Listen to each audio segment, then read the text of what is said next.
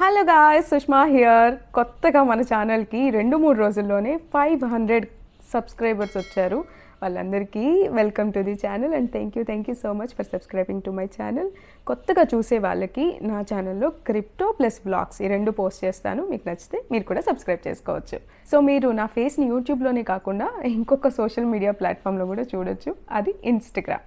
అక్కడ నేను రీల్స్, లేకపోతే నాకు సంబంధించిన అప్డేట్స్, లైఫ్ అప్డేట్స్, లేకపోతే నేను good morning, good afternoon, good evening అలాంటి మెసేజెస్ పోస్ట్ చేస్తూ ఉంటాను.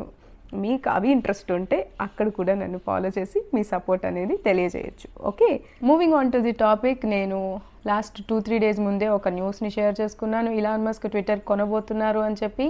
ఆ న్యూస్కి కంటిన్యూస్గా ఈ న్యూస్ అనమాట. సో ఇలాన్ మస్క్ ట్విట్టర్ని కొనడం అనేది కన్ఫర్మ్ అయిపోయింది. $44 బిలియన్ ఈయన ట్విట్టర్ని కొనబోతున్నారు. ఓకే, అండ్ ఇక్కడ మస్క్తో పెట్టుకుంటే మడతడిపోయింది. దానికి 2 రీజన్స్ ఉన్నాయి. సో బేసిక్గా ఇలాన్ మస్క్ ట్విట్టర్ని కొనే ముందే 10% ట్విట్టర్ షేర్స్ని కొన్నారు.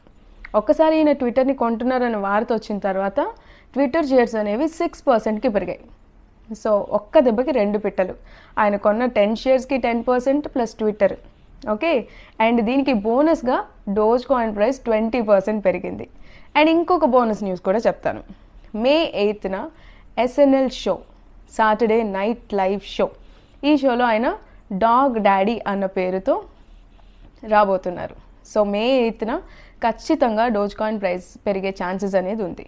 నార్మల్గా SNL షోలో ఆయన డోజ్ కాయిన్ గురించి మాట్లాడితేనే ప్రైస్ పెరుగుతుంది. ఇప్పుడు టైటిల్ కూడా డాగ్ డాడీ అన్న పేరుతో రాబోతున్నారు కాబట్టి సో ఖచ్చితంగా ఒక పెద్ద సర్ప్రైజ్ అనేది ఉంటుంది డోజ్ కాయిన్ ప్రైస్ పెరగడంలో అని నేను అనుకుంటున్నాను.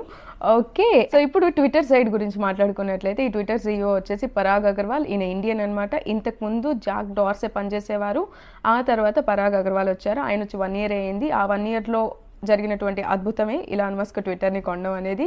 సో ఈయన చేసిన ట్వీట్లలో 2 ట్వీట్లు ఉన్నాయి. April 11న ఒక ట్వీట్ చేశారు, ఇలాన్ మస్క్ ట్విట్టర్ని కొనట్లేదు అని చెప్పి.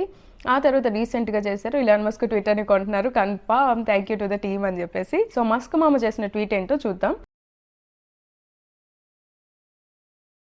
Twitter has tremendous potential. I look forward to working with the company and the community of users to unlock it. So అదనమాట మస్క్ రాసినటువంటి ట్వీట్ అయితే. ఎనీ హౌ ట్విట్టర్ ఇంకా బెటర్గా ఉండాలి ఈ మెటావర్స్ స్పేస్లో, అండ్ ఈ క్రిప్టో కరెన్సీ కూడా చల్లంగా ఉండాలి అని కోరుకుందాం. So moving on to the next news.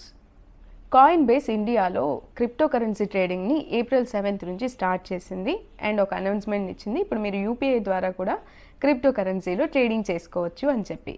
అప్పుడు ఎంటర్ అయింది NPCI ఫుల్ ఫామ్ వచ్చేసి national payments corporation of India.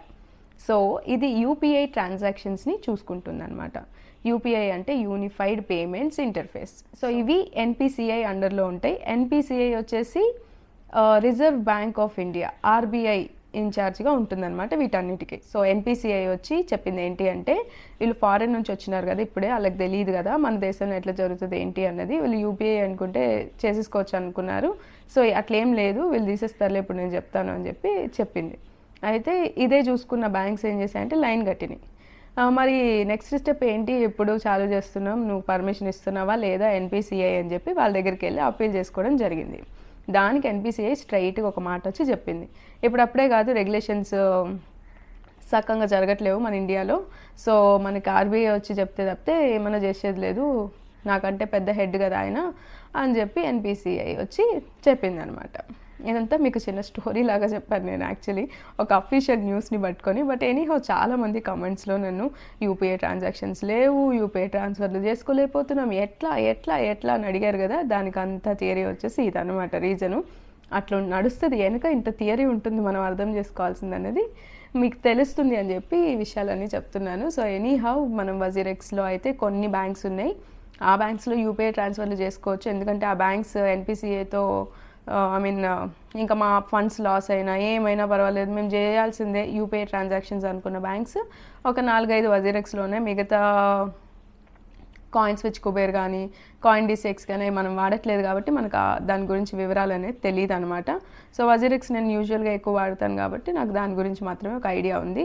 But anyhow best పద్ధతి ఏంటి అంటే P2P. మీరు మీ రూపీస్ని డాలర్స్లో కన్వర్ట్ చేసుకొని ఆ డాలర్స్ నుంచి మళ్ళీ రూపీస్లోకి తీసుకొచ్చుకొని అలా ట్రేడింగ్ చేసుకోవచ్చు. ఐ మీన్ ఇండియన్ ఎక్స్చేంజెస్ కాకుండా ఇప్పుడు బైనాన్స్లో ఎట్లా P2P ద్వారానే చేస్తాము, అండ్ హ్యూబీ గ్లోబల్లో లైక్ నేను వాడేవి అవి కాబట్టి నేను వాటి గురించి చెప్తున్నాను. సో P2P అనేది ఇంకొక బెస్ట్ మెథడ్. అయితే వజిరిక్స్లో మొబిక్విక్ కూడా కొన్ని రోజులు ఈ ట్రాన్సాక్షన్స్ అన్నీ చేసింది. అప్పుడప్పుడు హ్యాండ్ ఇచ్చినప్పటికీ కూడా అందులో ఒక ఎంత 5,000కి ఒక 80 రూపాయలు 90 రూపాయల ఫీజుని కట్ చేసుకొని ఒకవేళ రూపీస్లో చేసుకోవాలంటే వజిరిక్స్లో ఆ ఫెసిలిటీ ఉంది. ఓకే, సో అదనమాట ఇవాళ వీడియో. అయితే మీకు నా వీడియో నచ్చిందని అనుకుంటున్నాను.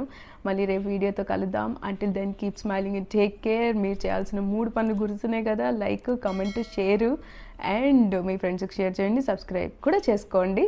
So meet you on tomorrow. Bye.